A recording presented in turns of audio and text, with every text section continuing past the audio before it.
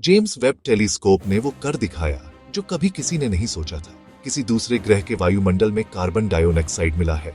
The James Webb Telescope just did what no one thought possible.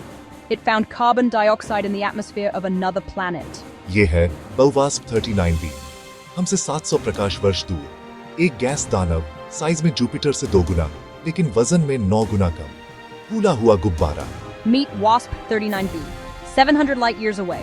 A gas giant twice Jupiter's size but 9 times less dense. A cosmic balloon. जब ये ग्रह अपने तारे के सामने से गुजरा, तारे की रोशनी इसके वायुमंडल से छन कर आई।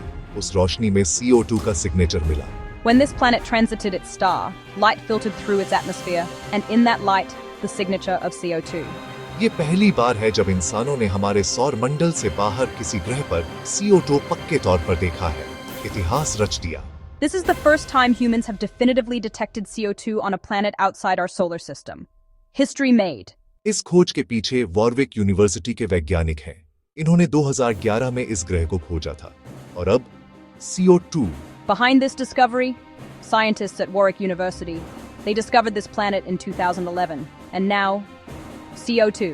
CO2 सिर्फ एक गैस नहीं है, ये बताता है कि ग्रह कैसे बने और सबसे बड़ी बात, ऐसे ग्रह ढूंढने में मदद करेगा जहां जीवन हो सकता है। CO2 isn't just a gas, it tells us how planets formed, and most importantly, it helps us find planets where life could exist. अब JWST छोटे-छोटे चट्टानी ग्रहों को देखेगा, जहां पानी हो सकता है, जहां जीवन हो सकता है। सब्सक्राइब करो, साथ में देखते रहेंगे। Now JWST will study smaller rocky planets, where water could exist, where life could exist. Subscribe and let's explore together.